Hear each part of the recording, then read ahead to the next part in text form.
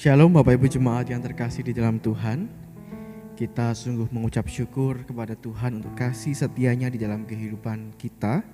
Hari demi hari kita boleh terus ada di dalam pemeliharaan Tuhan. Dan bersyukur hari ini kita akan bersama-sama akan memulai peribadahan kita. Mari saya ajak setiap kita untuk bangkit berdiri. Mari bersama-sama kita persiapkan hati dan pikiran kita. Kita tenangkan hati kita. Kita mengambil saat teduh sejenak.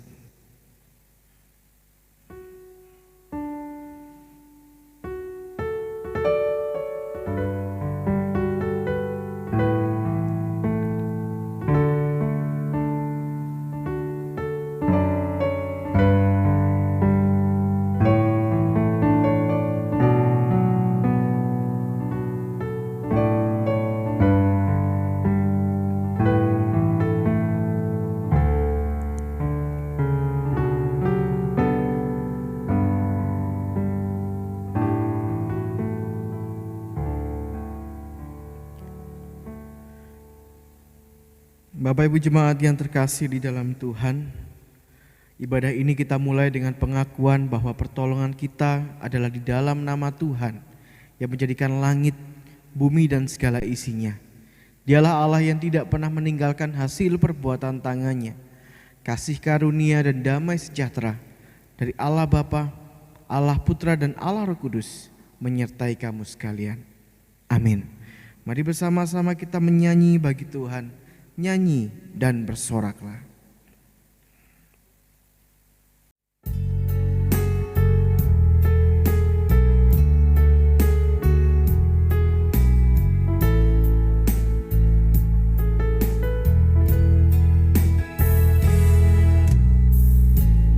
Yesusku, penyelamatku, tiada yang seperti Engkau.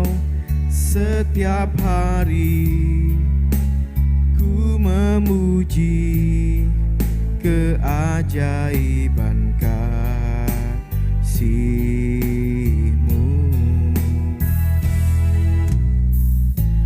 Penghibur, pelindung, menara kekuatan, biarlah semua yang bernafas tak berhenti menyembah-Mu.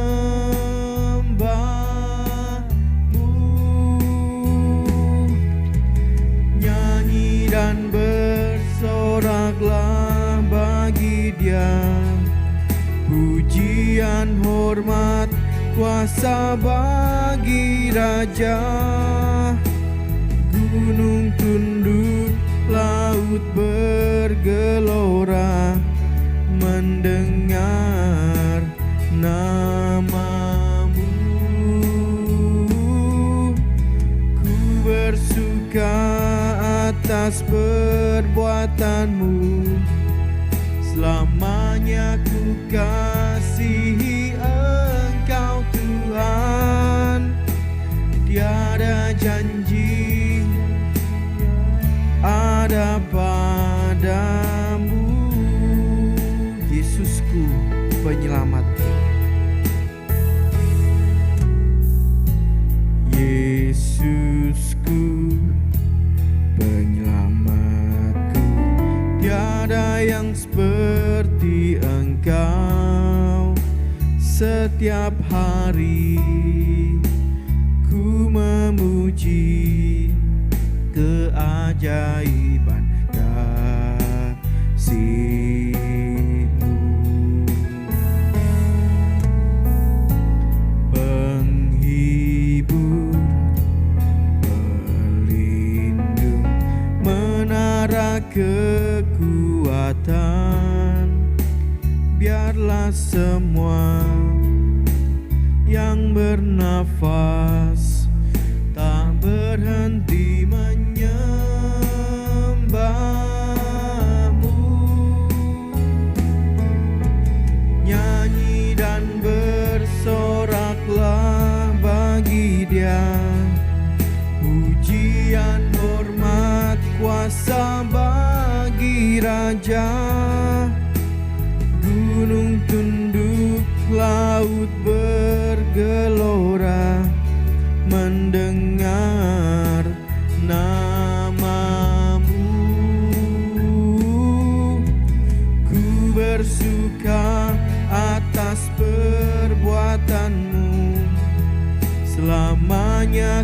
kasihi Engkau Tuhan. Tiada janji seperti yang ada padamu. Nyanyi dan bersoraklah, nyanyi dan bersoraklah bagi Dia. Pujian, hormat, kuasa bagi Raja. Gunung tunduk, laut bergelora mendengar nama-Mu. Ku bersuka atas perbuatan-Mu. Selamanya ku kasihi Engkau Tuhan. Tiada janji seperti yang ada padamu.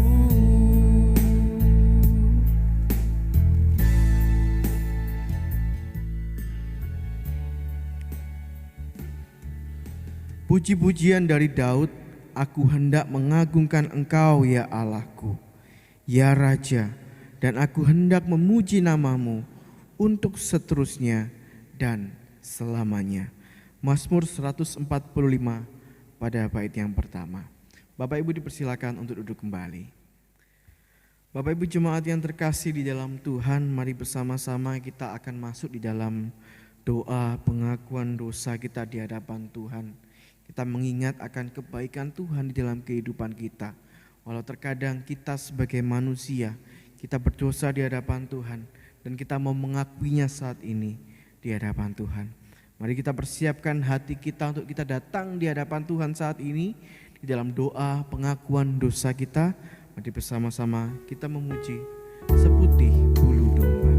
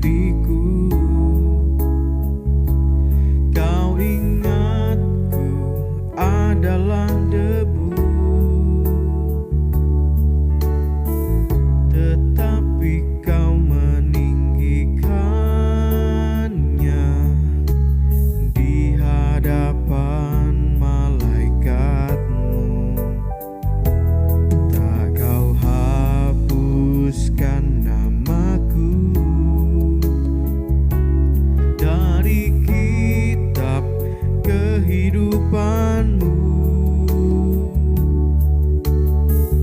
Kau tak malu mengakuinya di hadapan Bapa. Kau Allah yang tiada mengingat lagi segala kesalahanku yang telah Engkau ampuni.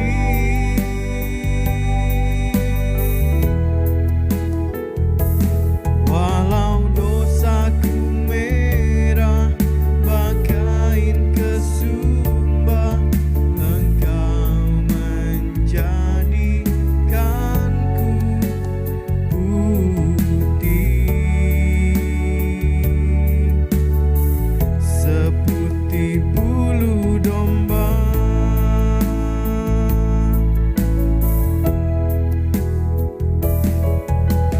Kau Allah yang tiada mengingat lagi segala kesalahanku yang telah Engkau ampuni.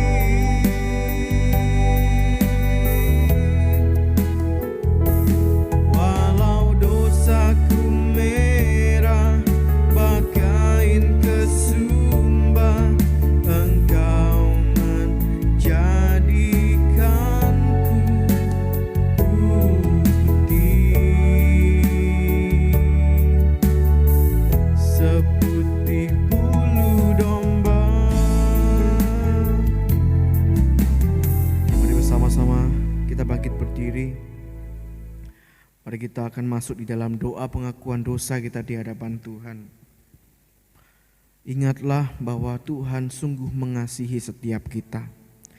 Ingatlah bahwa kesetiaannya selalu ada menyertai kita. Tapi seringkali kita melakukan dosa. Seringkali dalam kelemahan yang ada dalam diri kita melakukan kesalahan dan pelanggaran. Tetapi Tuhan masih mengasihi kita. Kita hanya mau terbuka saat ini di hadapan Tuhan, di dalam doa kita hari ini, dalam doa pengakuan dosa kita. Mohonlah kepada Tuhan, kiranya Tuhan boleh menolong setiap kita, menolong setiap diri kita untuk boleh melangkah ke depan bersama dengan Dia.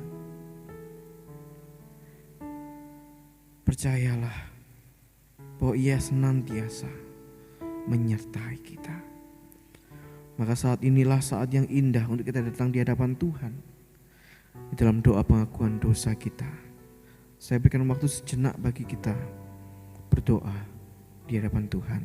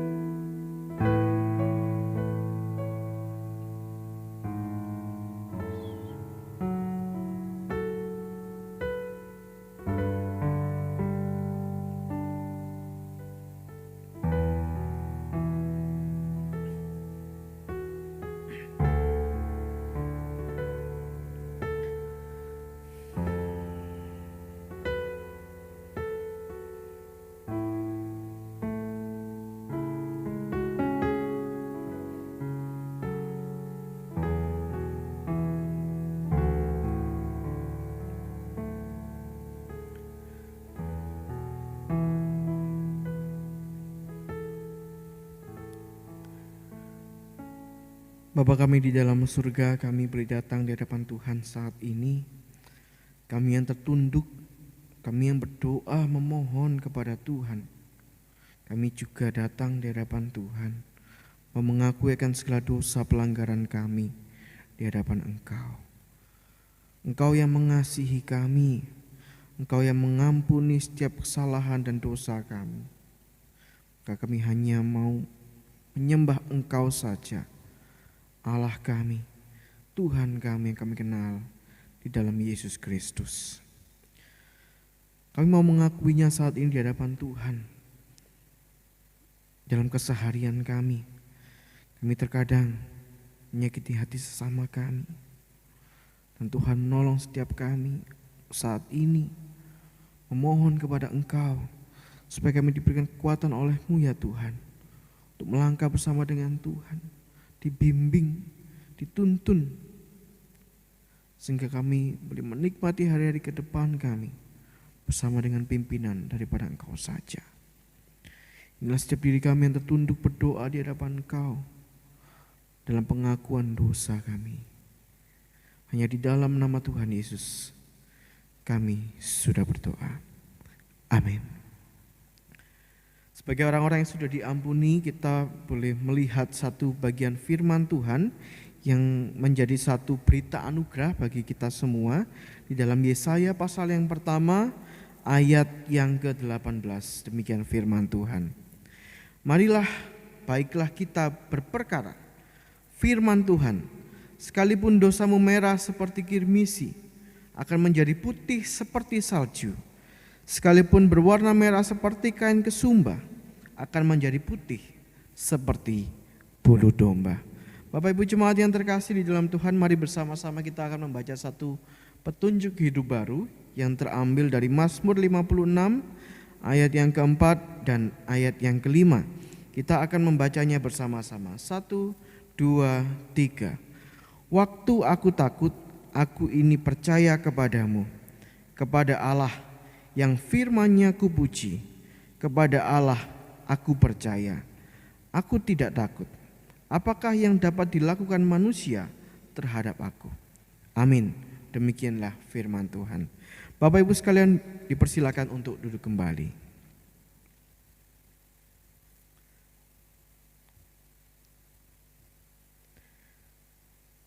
Bapak Ibu jemaat yang terkasih di dalam Tuhan, kita bersyukur hari ini kita akan bersama-sama menikmati setiap berkat Tuhan, khususnya melalui firman Tuhan yang akan kita renungkan bersama-sama pada hari ini.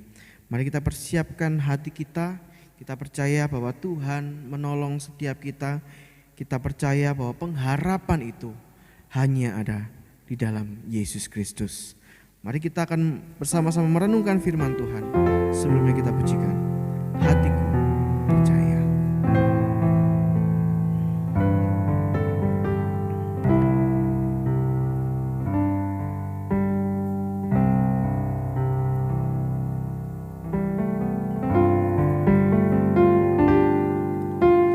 Saat ku tak melihat jalanmu, saat ku tak mengerti rencanamu, namun tetap ku pegang janjimu. Pengharapanku hanya padamu. Hatiku percaya, hatiku percaya, hatiku percaya,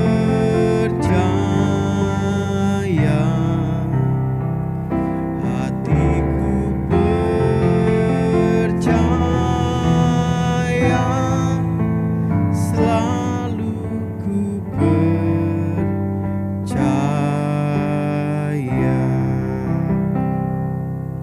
Pujikan pujian ini sekali lagi. Saat ku tak melihat jalanmu, saat ku tak mengerti rencanamu, namun tetap ku pegang janjimu. Pengharapanku hanya padamu. Hatiku percaya,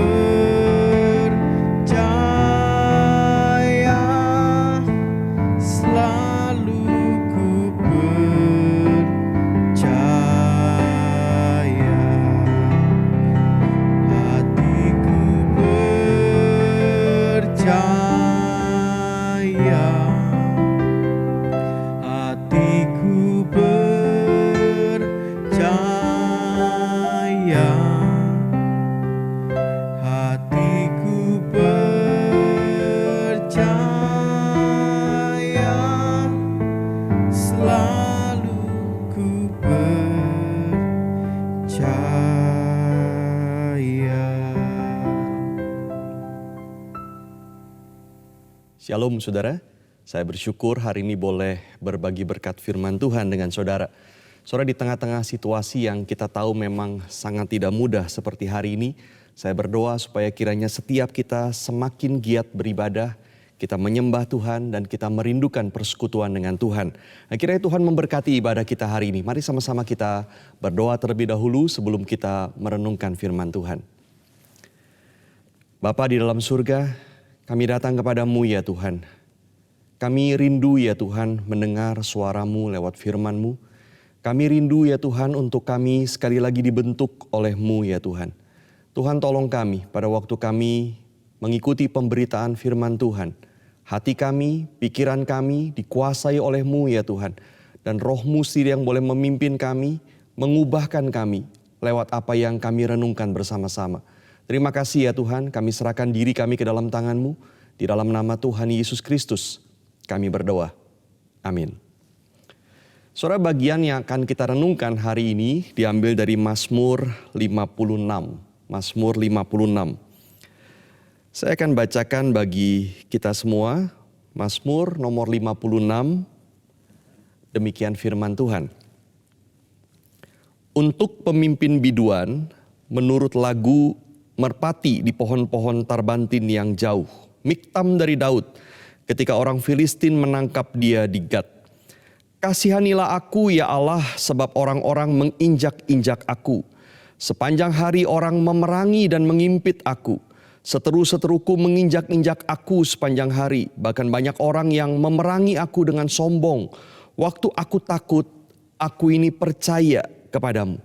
Kepada Allah yang firman-Nya kupuji. Kepada Allah aku percaya, aku tidak takut.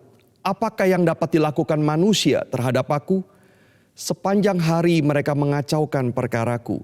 Mereka senantiasa bermaksud jahat terhadap aku. Mereka mau menyerbu, mereka mengintip, mengamat-amati langkahku seperti orang-orang yang ingin mencabut nyawaku. Apakah mereka dapat luput dengan kejahatan mereka? Runtuhkanlah bangsa-bangsa dengan murka-Mu ya Allah. Sengsaraku, Engkaulah yang menghitung-hitung. Air mataku Kau taruh ke dalam kirbat-Mu. Bukankah semuanya telah Kau daftarkan? Maka musuhku akan mundur pada waktu aku berseru. Aku yakin bahwa Allah memihak kepadaku. Kepada Allah firman-Nya kupuji. Kepada Tuhan firman-Nya kupuji. Kepada Allah aku percaya, aku tidak takut. Apakah yang dapat dilakukan manusia terhadap aku? Nazarku kepadamu ya Allah akan kulaksanakan. Dan korban syukur akan kubayar kepadamu. Sebab Engkau telah meluputkan aku daripada maut. Bahkan menjaga kakiku sehingga tidak tersandung. Maka aku boleh berjalan di hadapan Allah dalam cahaya kehidupan. Sampai semikian jauh saudara pembacaan bagian firman Tuhan.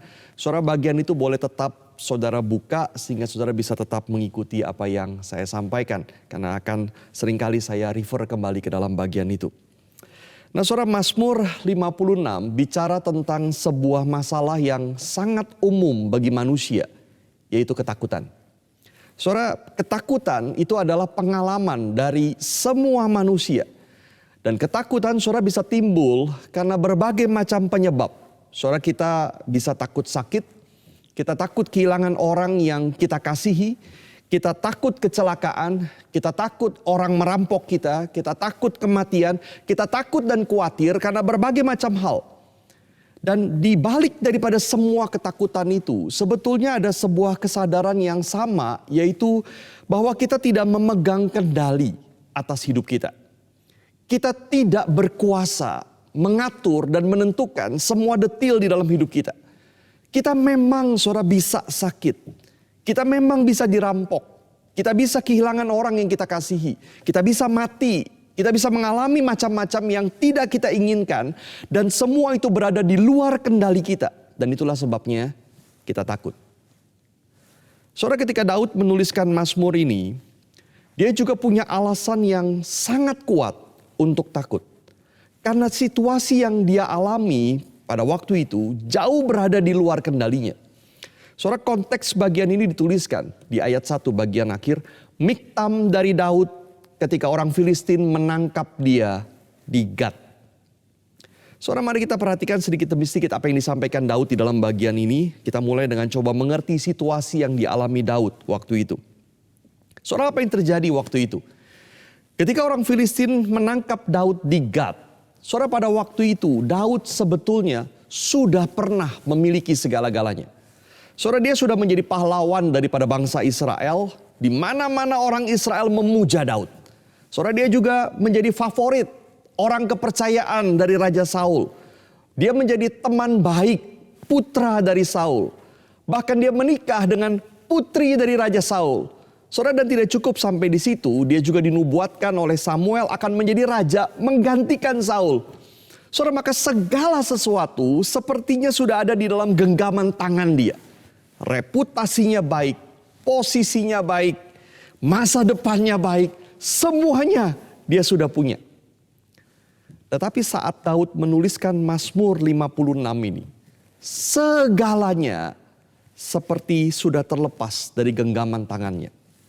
Daud, saudara, bukan hanya sudah kehilangan jabatan, tetapi dia juga kehilangan istri, dia kehilangan rumah, dan dia harus lari dari satu tempat ke tempat yang lain terus menerus. Dia bahkan tinggal di dalam gua-gua sebagai pelarian. Saudara, dia kehilangan reputasi dari seorang pahlawan nasional berubah menjadi buronan nasional. Dikejar kemana-mana, kemanapun dia pergi, jiwanya terancam. Saudara, Raja Saul mengejar dan ingin membunuh dia.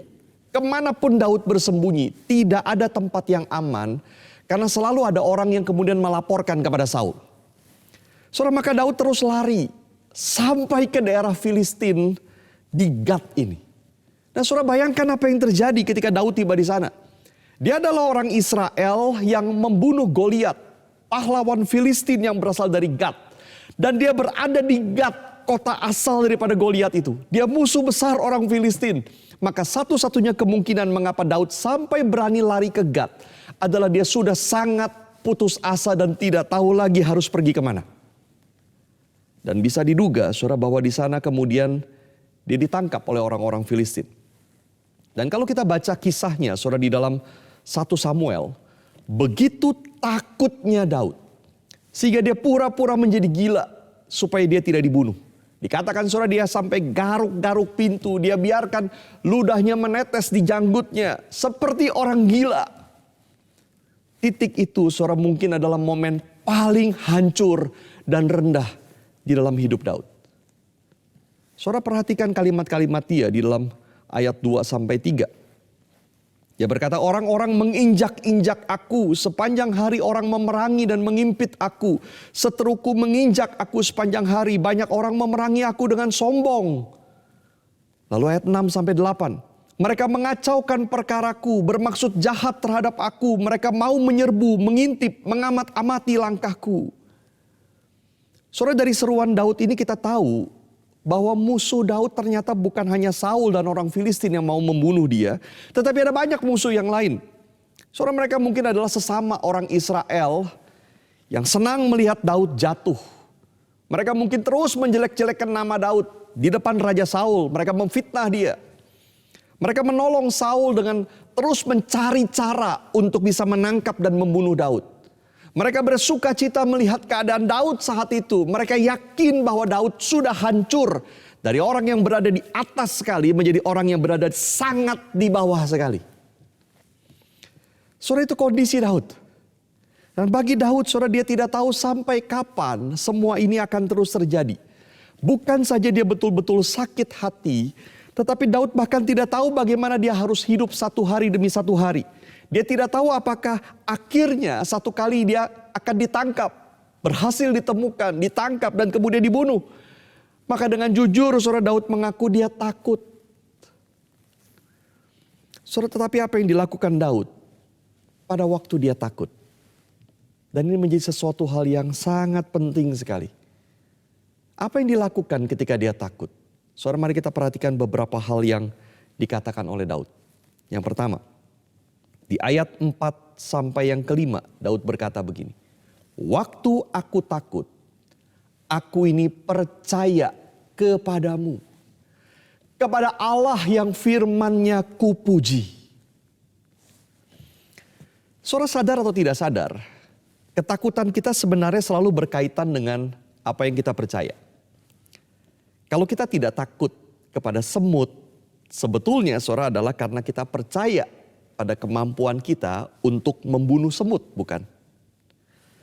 Kalau kita takut kepada kecoa, sebetulnya saudara adalah karena kita tidak percaya bahwa kita berani injak kecoa, bukan? Saudara pakai gambaran lain, kenapa kita takut lewat tempat gelap, banyak preman di waktu malam hari? Kenapa kita takut lewat sana? Karena kita tidak percaya kepada kemampuan kita untuk kabur atau kemampuan kita untuk melawan kalau kita diserang oleh preman-preman itu, bukan? Tetapi saudara coba kalau kita lewat di tempat yang sama, di jam yang sama, gelap yang sama, premannya sama. Tetapi bersama dengan kita ada 10 tentara dengan senjata lengkap. Saudara, apakah kita akan takut? Lain sekali rasanya. Kita berani, saudara. Kenapa? Karena kita percaya kepada mereka. Saudara, bisakah kita melihat ini di dalam hidup kita? Ketakutan bukan sesuatu yang bisa kita hilangkan begitu saja. Karena bagaimanapun kita memang tidak memegang kendali atas hidup kita. Banyak hal tidak bisa kita atur dan mungkin akan menimpa kita. Dan wajar kalau kita takut. Bagaimanapun pasti ada ketakutan di dalam diri kita ketika kita menghadapi penyakit, kekhawatiran, ketika kita melihat keadaan keluarga yang kacau, kekhawatiran melihat bisnis yang berantakan. Tetapi bisakah kita melewati lembah ketakutan yang sama itu? Kita melewati masalah yang sama, mungkin sakit yang sama, musuh yang sama, duka cita yang sama, kekhawatiran yang sama, tetapi dengan percaya kepada Allah. Karena kita menjalaninya bersama Allah. Saudara, maka saya ingin bertanya kepada saudara. Percayakah engkau kepada Allah? Apakah engkau betul-betul percaya kepada Allah? Saudara, kalau saudara orang Kristen, saudara sudah percaya kepada Allah di dalam hal keselamatan, bukan? Saudara percaya ada pengampunan dosa, ada anugerah keselamatan, ada hidup kekal yang Tuhan berikan kepada kita. Saudara percaya bahwa Yesus mengasihimu, Roh Kudus membimbingmu. Engkau percaya kepada hal-hal yang sebesar itu. Tidak bisakah, saudara, kita juga percaya kepada Allah di dalam hal yang jauh lebih kecil. Seperti ketakutan kepada berbagai hal. Percaya kepada Allah di tengah kekhawatiran akan banyak hal. Soal penyakit yang tidak sembuh-sembuh. Soal masalah keluarga, soal menemukan pasangan hidup, soal dosamu yang tidak bisa lepas, soal masa depan anakmu, soal ekonomimu, soal pekerjaanmu, soal masa depanmu yang tidak jelas mungkin. Percayakah engkau kepada Allah atas hal-hal yang sebetulnya jauh lebih kecil itu daripada keselamatanmu dan hidup kekal? Saudara, di dalam Mazmur 37 ayat 25, Daud pernah menulis begini. Dahulu aku muda, sekarang telah menjadi tua. Tetapi tidak pernah kulihat orang benar ditinggalkan atau anak cucunya meminta-minta roti. Mazmur 55 ayat 23, dia berkata, serahkanlah khawatirmu kepada Tuhan, maka ia akan memelihara engkau. Tidak untuk selama-lamanya dibiarkannya orang benar itu goyah. Filipi pasal 4 ayat 19. Paulus berkata, Allahku akan memenuhi segala keperluanmu menurut kekayaan dan kemuliaannya dalam Kristus Yesus.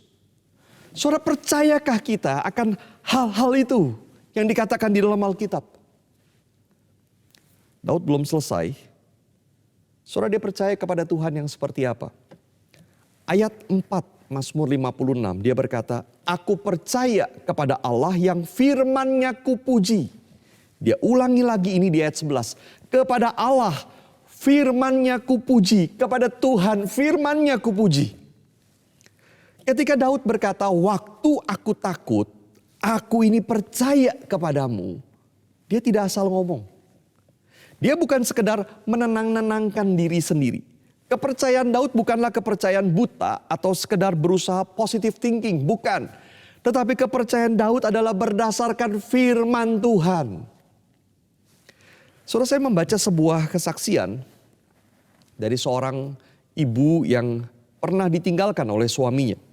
Dia berkata begini, tiap hari dia menuliskan kata-kata iman. Dia berkata begitu. Suamiku pasti dikembalikan Tuhan kepadaku.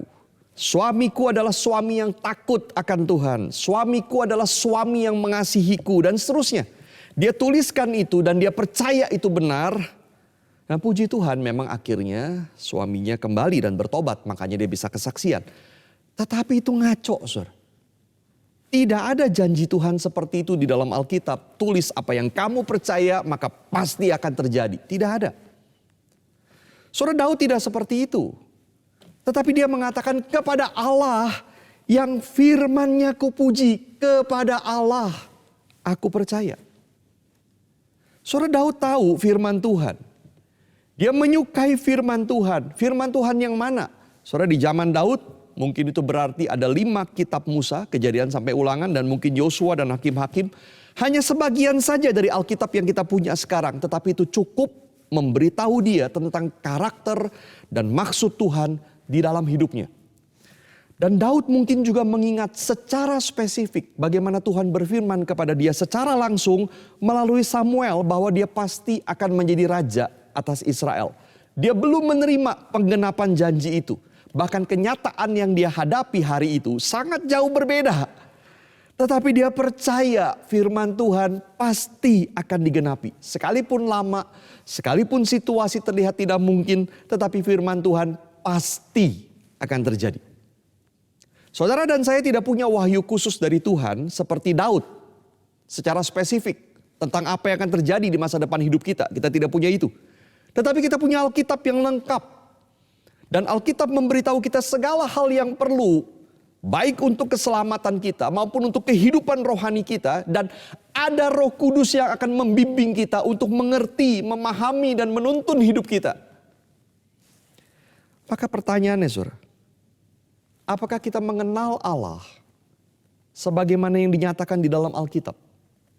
Apakah kita berpegang kepada janji-janjinya di dalam Alkitab yang pasti akan digenapi? Dan apakah kita terbuka kepada pimpinannya? Bukan seperti yang kita mau, tetapi seperti yang Dia mau. Saudara, kalau kita tidak belajar tentang Allah dan mengenal Dia lewat firman-Nya, kalau kita tidak terbuka untuk dipimpin olehnya, tidak heran kita sulit berkata, waktu aku takut, aku ini percaya kepadamu. Kepada Allah yang firman-Nya kupuji. Ini yang pertama, saudara. Yang kedua. Di ayat 9 sampai yang ke-10. Saudara, Daud berkata dia yakin Tuhan peduli kepada sengsaranya. Saudara, kata sengsara di sini di dalam bahasa Ibrani adalah kata yang bisa diartikan wandering. My wandering, engkaulah yang menghitung-hitung. Nah saudara, saya mencari terjemahan yang tepat untuk wandering di dalam bahasa Indonesia. Karena biasanya kita mengerti wandering itu berarti berjalan dengan santai, tanpa tujuan. Maka mungkin bisa diterjemahkan berkelana, mengembara. Tetapi saya kira kata yang paling pas menggambarkan maksud kata ini adalah ngeluyur. Berjalan ke sana kemari, tapi tanpa tujuan, pergi ke sana dan ke sini, bolak-balik tiada henti, ngeluyur. Dan Daud berkata, my wandering, ngeluyurku, engkaulah yang menghitung-hitung. Saudara, ini luar biasa. Dan kata ini saudara hanya muncul satu kali di dalam seluruh perjanjian lama, yaitu di sini. Artinya ini bukan kata yang lazim dipakai. Maka berarti Daud sengaja memilih kata yang khusus untuk melukiskan situasi yang dihadapi. Dan kata ini menggambarkan kehidupan seseorang yang ngeluyur ke sana kemari tanpa tujuan, tanpa tahu harus kemana, tidak tahu harus berbuat apa. Saudara, begitu sulitnya kata ini diterjemahkan sehingga berbagai versi Alkitab menerjemahkannya berbeda-beda. Ada yang menerjemahkan sebagai ratapan, itu di NIV. Ada yang menerjemahkan sengsara seperti di dalam Alkitab bahasa Indonesia kita. Ada yang menerjemahkan tossing seperti terombang ambing, itu di dalam NRSV misalnya. Saudara, apapun juga, Pemazmur ingin berkata di tengah kebingungannya, sengsaranya, terombang-ambingnya, guling-gulingnya dia, ngeluyur ke sana kemari tanpa tujuan. Tuhan, Engkau mencatat semuanya. My wandering, ngeluyurnya aku, kacaunya aku, bingungnya aku. Engkaulah yang menghitung-hitung. Engkaulah yang mencatatnya dengan detil. Saya kira saudara gambaran seperti ini terjadi di dalam hidup banyak orang hari ini. Seperti wanderer, orang yang ngeluyur. Tidak tahu kemana arahnya, tidak tahu mau ngapain. Kita kerja juga tidak jelas untuk apa dan bagaimana masa depan kita. Kita mau pergi juga tidak tahu harus kemana. Tidak bisa kemana-mana mungkin. Kita pindah dari satu kota ke kota yang lain mungkin di dalam hidup kita entah berapa kali kita pindah kota. Abis ini kemana lagi pun kita juga tidak tahu. Dan untuk apa akan menuju kemana kita juga tidak tahu. Lalu apa kaitannya semua yang sudah terjadi di masa lalu kita dengan masa depan kita? Kita juga tidak tahu. Apa yang akan terjadi nanti? Kita tidak tahu. Seperti Daud, saudara yang tidak tahu apa gunanya semua yang dia alami dan kemana semua ini akan membawa dia. Wandering. Tapi kalimat ini luar biasa. Sengsaraku, terombang-ambingnya aku, ngeluyurnya aku, Engkau menghitung dan mencatatnya. Tuhan tahu, Dia peduli dan Dia terus mengikuti kita di dalam ngeluyurnya kita. Sambil Dia membuka jalan bagi kita. Kalimat berikutnya, saudara di ayat 9 itu meneruskan pemikiran ini. Daud berkata, air mataku kau taruh ke dalam kirbatmu. Saudara, kirbat adalah semacam botol dari kulit yang biasa dipakai untuk menyimpan anggur. Mungkin saudara kalimat ini lebih tepat diterjemahkan, taruhlah air mataku ke dalam kirbatmu. Seperti permohonan kepada Tuhan. Tetapi yang unik dia langsung menyambung, bukankah semuanya telah kau daftarkan? Maka di satu sisi dia meminta kepada Tuhan, Tuhan taruhlah air mataku ke dalam kirbatmu. Tampung itu, jangan sia-siakan. Tetapi di sisi yang lain dia tahu Tuhan pasti sudah lakukan. Tuhan sudah daftarkan semuanya. Maka bukan hanya ngeluyurku yang dicatat oleh Tuhan. Tetapi air mataku juga ditampung dan didaftarkan oleh Tuhan. Saudara, tentu ini gambaran puitis. Bukan sungguh-sungguh Tuhan punya buku catatan atau Tuhan punya botol untuk menampung air mata kita. Tetapi ini gambaran yang sangat indah. Seakan-akan Tuhan seperti itu. Dan Daud minta Tuhan, tampung air mataku. Jangan biarkan aku menangis dengan percuma. Tampung, daftarkan air mata itu. Tuhan tampung dan daftarkan semuanya. Tidak peduli berapa banyak ngeluyurnya kita. Tidak peduli berapa banyak air mata kita. Tuhan perhatikan. Tuhan tahu apa yang dialami oleh anak-anaknya. Dan Dia sangat peduli kepada penderitaan anak-anaknya. Saudara, apakah Tuhan kemudian hanya tahu dan peduli dan berhenti di sana? Tidak. Tuhan siap untuk menolong. Daud melanjutkan di ayat yang ke-10. Maka musuhku akan mundur pada waktu aku berseru. Aku yakin bahwa Allah memihak kepadaku. Terjemahan lain saudara mengatakan begini. Aku yakin God is for me. Allah adalah bagiku. Saudara, seorang penulis bercerita. Di dalam keadaan dia sakit. Dia ditinggal pergi oleh suaminya. Dia sangat sedih. Dia merasa tertolak. Dia merasa dibuang. Sementara sakitnya semakin parah. Di dalam keadaan itu dia merasa sangat kesepian. Dan tidak tahu bagaimana dia harus melanjutkan hidup. Tetapi dia berkata ada kekuatan luar biasa yang dia dapatkan dari temannya. Temannya terus ada untuk dia. Kapan saja dia telepon, temannya mendengarkan dia. Kapan saja dia datang ke temannya hanya untuk cerita dan menangis. Temannya selalu bersedia mendengar. Dan ada satu kartu yang kemudian diberikan temannya kepada dia. Yang sangat menguatkan dia. Kartu itu bertuliskan begini. Jangan lupa. Aku temanmu. apapun yang terjadi. Jangan lupa, aku temanmu, apapun yang terjadi. Maka kita bisa membayangkan, saudara, Tuhan menawarkan penghiburan yang sama kepada kita. Jangan lupa, aku temanmu, apapun yang terjadi. Dan dia bukan sekedar teman, dia Tuhan kita.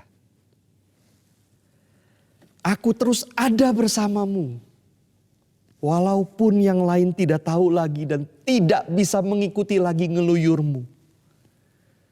Walaupun yang lain tidak peduli lagi kepadamu, aku terus mengikuti engkau. Aku menampung air matamu dan mendaftarkan semuanya.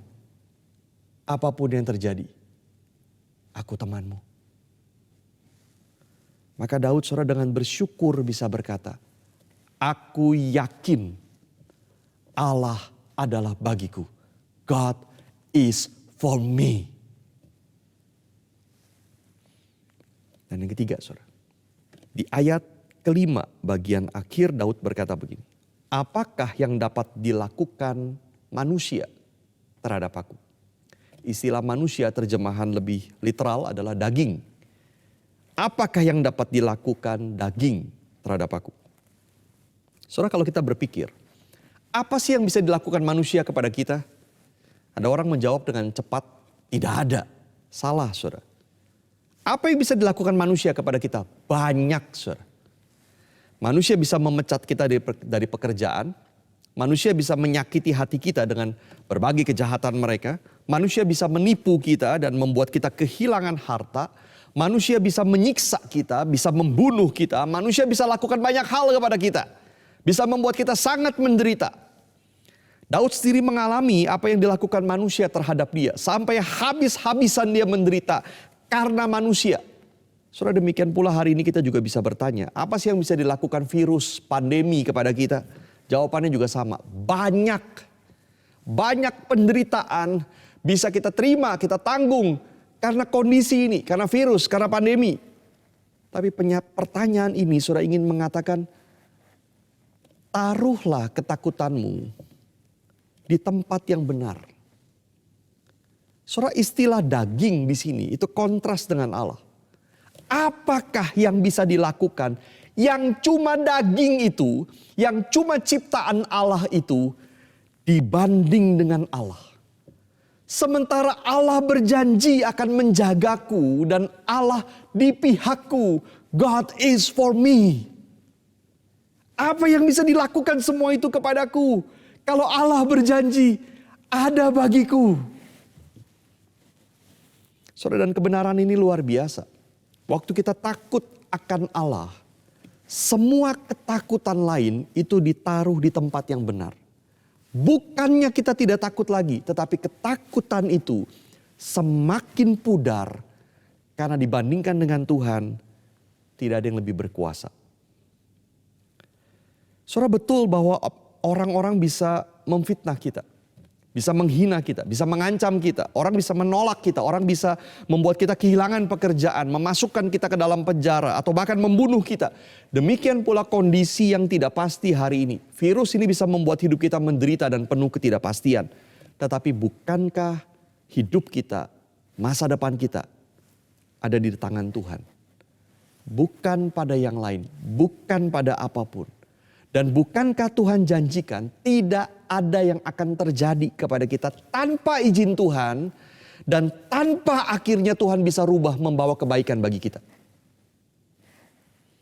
Dan itulah yang paling pasti dalam hidup kita. Maka mari kita bertanya.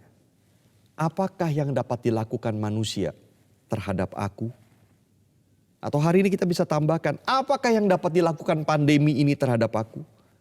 Sekali lagi saudara, betul, banyak hal bisa dilakukan mereka untuk menghancurkan kita. Tapi mari kita taruh ketakutan itu di tempat yang benar. Karena virus, manusia, atau kondisi apapun, tidak ada yang lebih berkuasa dibandingkan Tuhan yang adalah bagi kita. God is for me. Yang terakhir. Surah Mazmur ini ditutup dengan sebuah keyakinan yang besar dari Daud. bahwa dia pasti akan terlepas dari situasi yang dia alami karena Tuhan sudah berjanji kepadanya. Ayat 13 dan 14. Nazarku kepadamu ya Allah akan kulaksanakan dan korban syukur akan kubayar kepadamu sebab engkau telah meluputkan aku daripada maut bahkan menjaga kakiku sehingga tidak tersandung. Dan kalimat terakhir sangat luar biasa. Maka aku boleh berjalan di hadapan Allah dalam cahaya kehidupan. Saudara, kalau saudara ingat, Yesus pernah menjanjikan sesuatu yang sama. Akulah terang dunia. Barang siapa mengikut aku, ia tidak akan berjalan di dalam kegelapan, melainkan ia akan mempunyai terang hidup. Saudara, Yesus berjanji kepada kita, dia memberikan kelepasan dari kegelapan. Itu berarti kelepasan dari dosa, dari kematian, dari hukuman kekal. Walaupun penggenapannya nanti di dalam kekekalan, pasti kita akan dapatkan. Tapi hari ini pun kita sudah mengalaminya. Dan itu juga berarti Tuhan menjanjikan kelepasan dari kegelapan hidup, dari ketakutan, dari kekhawatiran, dari hidup tanpa makna, dari hidup yang goncang terus menerus. Walaupun sepenuhnya kita akan terima itu nanti di kekekalan, pasti kita terima. Tapi hari ini pun kita sudah mengalami. Saudara, Yesus sudah bawa kita yang percaya ini keluar dari itu semua. Dan menerima cahaya kehidupan di dunia ini, sekarang ini. Dan sepenuh-penuhnya genap pada waktu nanti kita bersama dengan dia di kekekalan. Saudara, maka seorang penafsir berkata begini, janji Yesus di dalam Yohanes pasal 8 ayat 12 yang tadi kita baca adalah penggenapan sesungguhnya dari Mazmur 56 ini. Kita yang di dalam Tuhan sesungguhnya sudah tidak berjalan di dalam kegelapan. Sekalipun saudara di dalam dunia masih banyak situasi yang menyebabkan kita khawatir, takut, gelisah, menderita. Tetapi kita bersama Yesus yang memberikan terang hidup. Dan yang berjanji bahwa di akhir dari segalanya bukan kegelapan yang akan kita terima. Tetapi terang hidup sepenuhnya di sorga. Pasti kita dapatkan. Maka hari ini pun saudara, kita bisa berjalan di dalam cahaya kehidupan itu. Tuhan bersama kita dimanapun, keadaan apapun kita. Walaupun kita ngeluyur ke sana kemari, bingung tidak tahu harus berbuat apa. Dan keadaan menekan kita sampai kita tidak tahu harus kemana. Tuhan bukan saja membimbing kita hari ini. Tuhan bukan saja menerangi hidup kita hari ini. Tetapi dia berjanji di ujung dari segalanya bukan kegelapan, bukan air mata, tapi hidup sepenuhnya pasti akan kita terima. Maka hari ini, mari kita belajar berkata seperti Daud. Kepada Allah yang firman-Nya kupuji, aku percaya, aku tidak takut. Apakah yang dapat dilakukan siapapun atau apapun terhadap aku? Karena hari ini Allah bersama dengan aku. Dan dia akan bersama dengan aku terus sampai kepada kekekalan. God is for me now and forever. Allah adalah bagiku sekarang dan sampai selama-lamanya. Amin. Mari kita berdoa, saudara.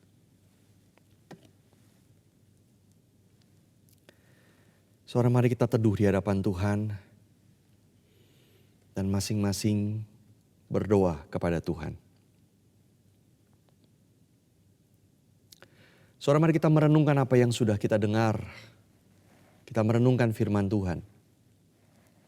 Dan apa yang saudara rasa Tuhan bicara kepada saudara. Responi Tuhan di dalam doa. Masing-masing berdoa. Dan nanti saya akan tutup di dalam doa bersama.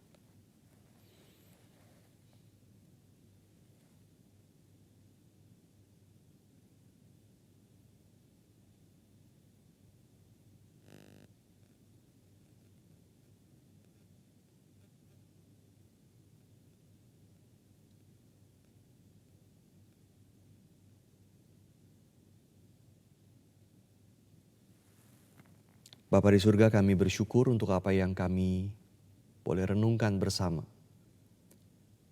Biarlah firman-Mu terus bergema di dalam hati kami.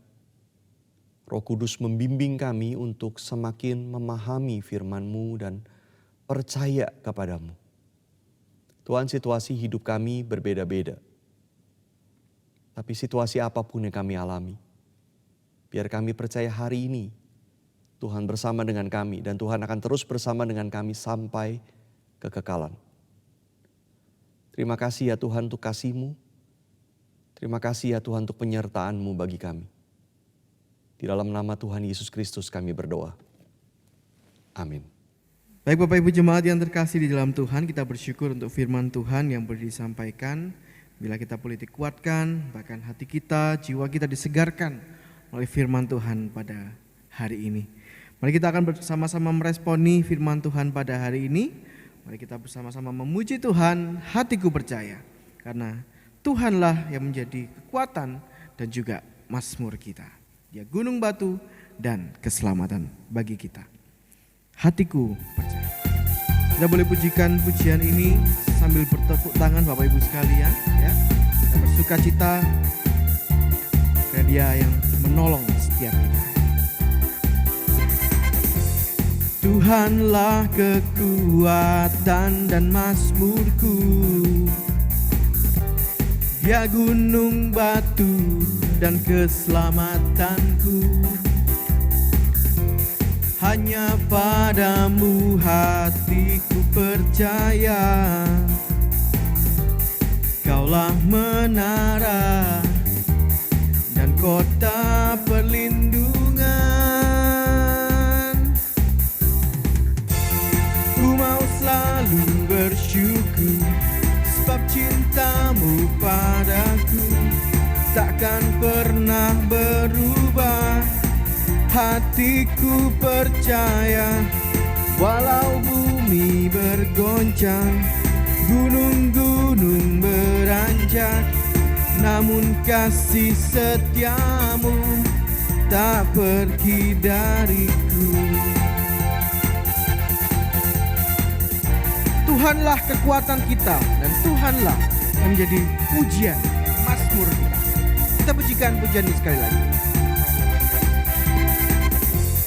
Tuhanlah kekuatan dan mazmurku, Dia gunung batu dan keselamatanku. Hanya padamu hatiku percaya, Kaulah menara dan kota perlindungan. Ku mau selalu bersyukur, sebab cintamu padaku takkan pernah berubah.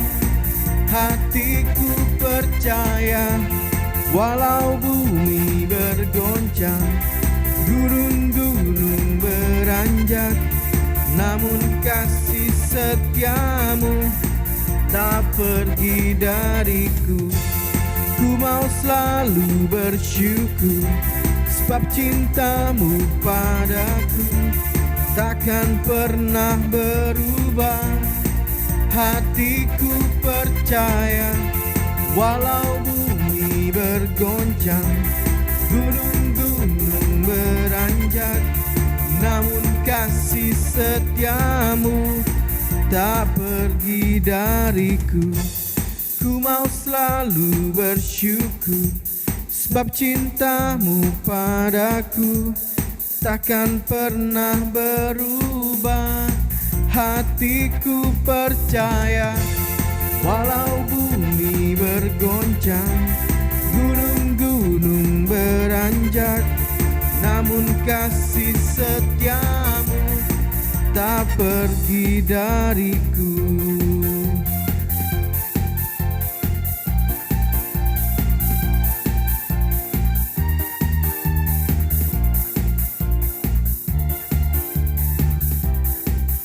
Walaupun bumi bergoncang, gunung-gunung beranjak, tetapi kasih setia Tuhan selalu ada di dalam kehidupan kita. Amin.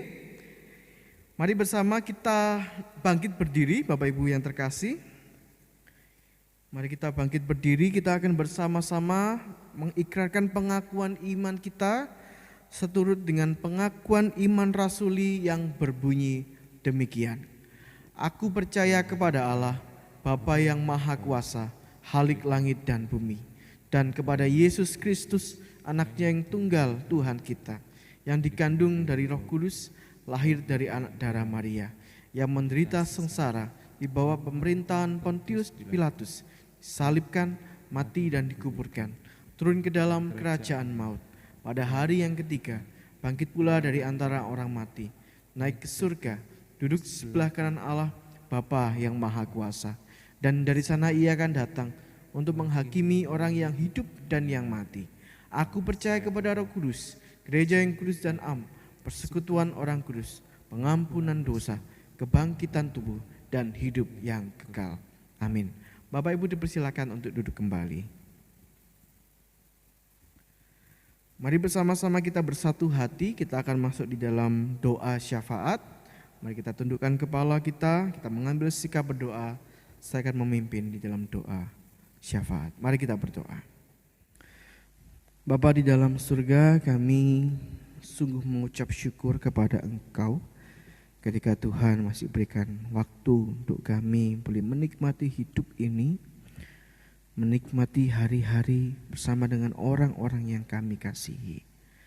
Kami sungguh mengucap syukur kepada Engkau untuk perjalanan hidup, setiap langkah-langkah kami boleh melaluinya penuh dengan ucapan syukur. Bahkan di tengah kesulitan yang ada, kami boleh terus dipimpin oleh Tuhan, dituntun oleh Tuhan untuk menikmati setiap hal yang baik. Bapa di dalam surga, kami sungguh saat ini ingin menghadap kepada Tuhan.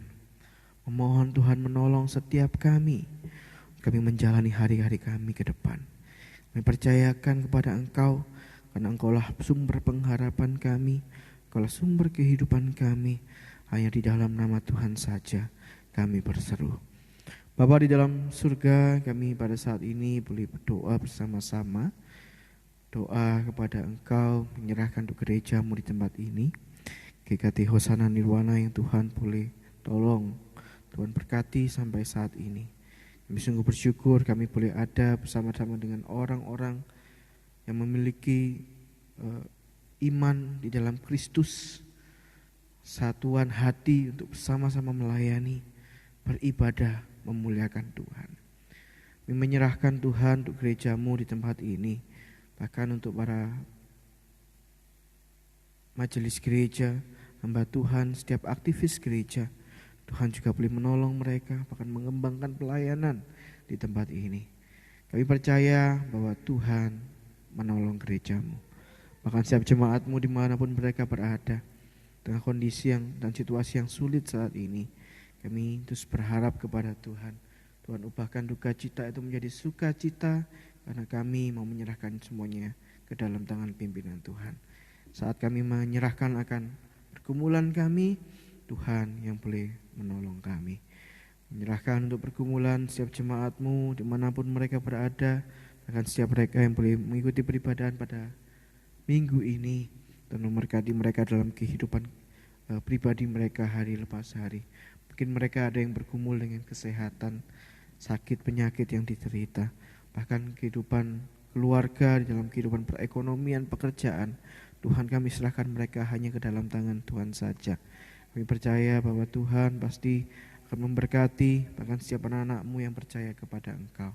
Menyerahkan untuk bangsa dan negara kami, bahkan menyerahkan untuk setiap hal, termasuk Tuhan untuk para pemimpin-pemimpin yang Tuhan boleh pilih, Tuhan boleh pakai mereka, supaya mereka terus dipakai oleh Tuhan, menjadi orang-orang yang Tuhan kirimkan, Tuhan pakai senantiasa memajukan bangsa negara Indonesia yang tercinta ini.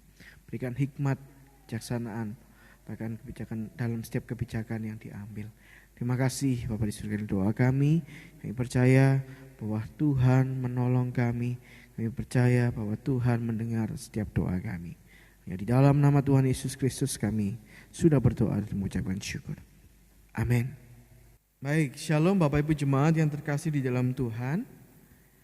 Kita sungguh mengucap syukur hari ini kita boleh beribadah dan saya mewakili majelis GKT Hosana Nirwana akan menyampaikan warta gereja pada minggu ini, Minggu 22 Agustus 2021. Yang pertama, terima kasih untuk setiap para pelayan Tuhan yang sudah melayani, untuk rekan-rekan yang ada di gereja. Terima kasih untuk bantuan dan juga pelayanannya. Untuk minggu ini kiranya kita terus diberikan kesetiaan oleh Tuhan sebagai seorang hamba untuk melayani Tuhan kita. Kemudian bagi Bapak Ibu Jemaat sekalian yang ingin memberikan persembahan bisa melalui transfer Bank BRI dengan nomor rekening yang telah tersedia di layar LCD atas nama Gereja Kristus Tuhan, atau Bapak Ibu bisa datang ke gereja, masukkannya ke dalam amplop dan kemudian masukkannya ke dalam kotak persembahan yang sudah disediakan oleh gereja.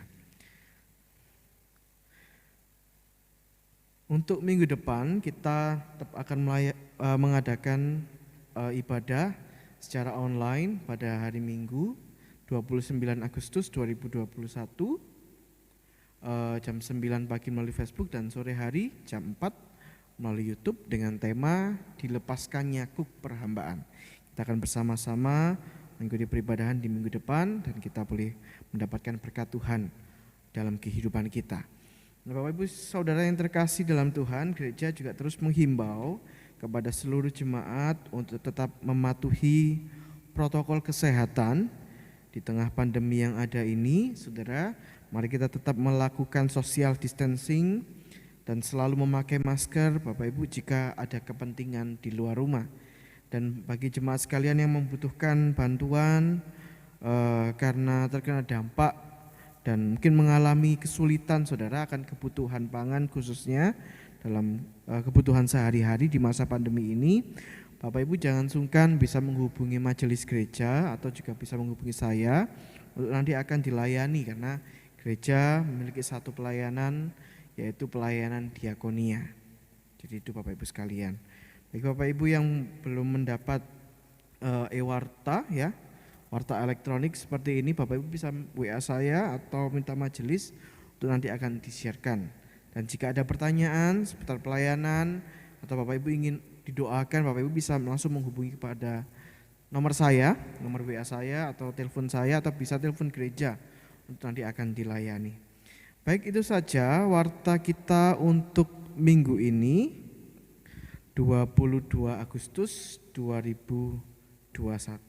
Tuhan Yesus memberkati kita semua. Mari Bapak Ibu sekalian, kita akan mengakhiri peribadahan kita. Saya mengundang setiap kita untuk bangkit berdiri. Segala pujian, hormat hanya bagi Tuhan. Kita pujikan doksologi, kita terima berkat Tuhan dan kita akhiri dengan pujian amin. Doksologi.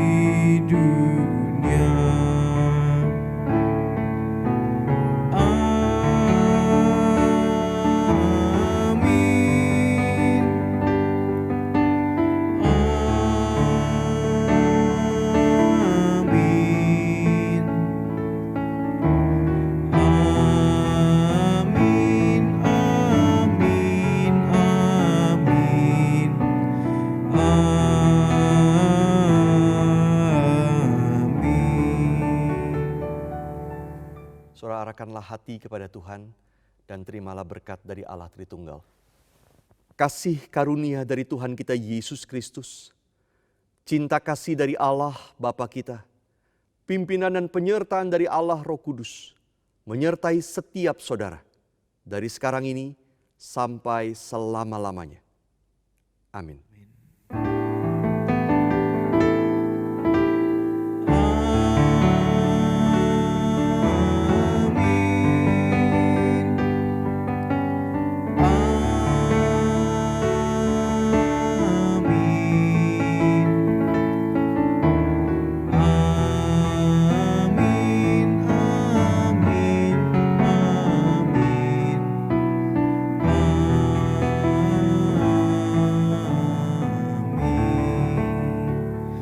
Silakan duduk, silakan mengambil saat teduh.